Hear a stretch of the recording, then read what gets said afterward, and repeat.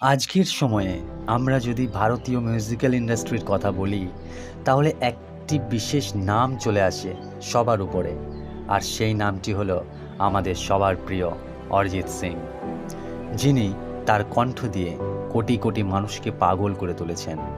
হৃদয়গ্রাহী কণ্ঠের জন্য বিখ্যাত অরিজিৎ সিং আশিকি 2-তে গাওয়া তুম হি হো গানটির কারণে খুবই জনপ্রিয়। অরিজিৎ সিংয়ের গানের বিশেষ বিষয় হলো, আপনি যতই তার গান শুনুন না কেন, তার গান বারবার শুনতে আপনার ভালো লাগবে। অরিজিৎ সিং পশ্চিমবঙ্গের মুর্শিদাবাদ শহরে 1987 সালে জন্মগ্রহণ করেন। অরিজিৎ সিংয়ের বাবা ছিলেন একজন পাঞ্জাবি এবং মা ছিলেন বাঙালি। অরিজিতের মাতামহের সব সদস্যই সঙ্গীতের সঙ্গে যুক্ত। মামা ছিলেন তবলা বাদক, তার মাও গানের প্রতি বিশেষ আগ্রহী ছিলেন। পরিবারের এত সদস্য যদি সঙ্গীতের সঙ্গে যুক্ত থাকে, তাহলে পরবর্তী প্রজন্মের জন্য সঙ্গীতকে অনুসরণ করাই স্বাভাবিক।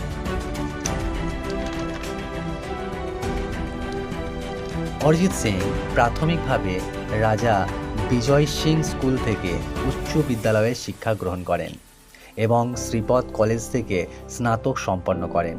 তিনি প্রথম থেকেই পড়াশোনায় খুব ভালো ছিলেন, তবে তার গানের প্রতি আগ্রহ ছিল বেশি। সঙ্গীতের প্রতি এই ঝোঁক দেখে তার বাবা মা তাকে সঙ্গীতের পেশাদার প্রশিক্ষণ দিতে শুরু করেন। ধীরেন্দ্র প্রসাদ হাজারির কাছে তিনি তবলা বাজানো শিখেছিলেন এবং বীরেন্দ্র প্রসাদ হাজারির কাছ থেকে তিনি রবীন্দ্রসঙ্গীত এবং পপ সঙ্গীত শিখেছিলেন।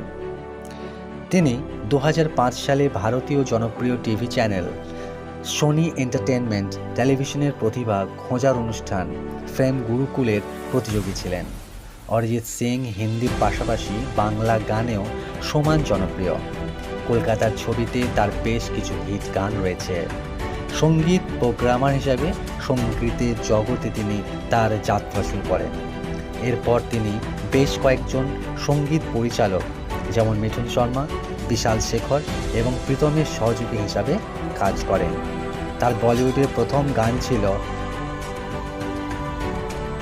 মিথুনের সঙ্গীত পরিচালনায় মার্ডার 2 মুভির ফির মোহাব্বত গানটি যে সময় মোটামুটি ভালোই জনপ্রিয়তা পায়। তবে 2013 সালে মুকেশ ভাটের আশিকি 2 মুভিতে কয়েকটি গানে কণ্ঠ দেওয়ার পর তিনি রাতারাতি জনপ্রিয় হয়ে ওঠেন। 2010 সালে অরিজিতের জীবনের এক নতুন মোড় আসে, যখন সঙ্গীত পরিচালক প্রীতমকে 16টি চলচ্চিত্রের জন্য সঙ্গীত রচনা করতে হয়েছিল। অরিজিতের প্রতিভা দেখে প্রীতমজি তার ছবিতে অরিজিৎকে দিয়ে গান গাইতে শুরু করেন। সাথে সাথে এই গানগুলো রিলিজ হলো। অরিজিৎ তার জন্য অন্যান্য সঙ্গীত পরিচালকদের কাছ থেকে ভালো প্রস্তাব পেতে শুরু করেন। ধীরে ধীরে অরিজিতের মখমল কণ্ঠ খ্যাতি এবং লাইমলাইট পেয়েছে। 2014 সালে তিনি তার ছোটবেলার বন্ধু কোয়েল রায়কে বিয়ে করেন। এছাড়াও অরিজিৎ তার নিজের এনজিও চালান, যার নাম লেট দেয়ার বি লাইট, যেটি জিয়াগঞ্জের স্থানীয় এলাকার বিপিএল সম্প্রদায়ের মানুষের জন্য কাজ করে। এর থেকে স্পষ্ট যে একজন মহান গায়ক হওয়ার পাশাপাশি অরিজিৎ একজন ভালো মনের মানুষও। ভিডিওটি ভালো লাগলে অবশ্যই লাইক, শেয়ার, কমেন্ট এবং সাবস্ক্রাইব করবেন। ধন্যবাদ।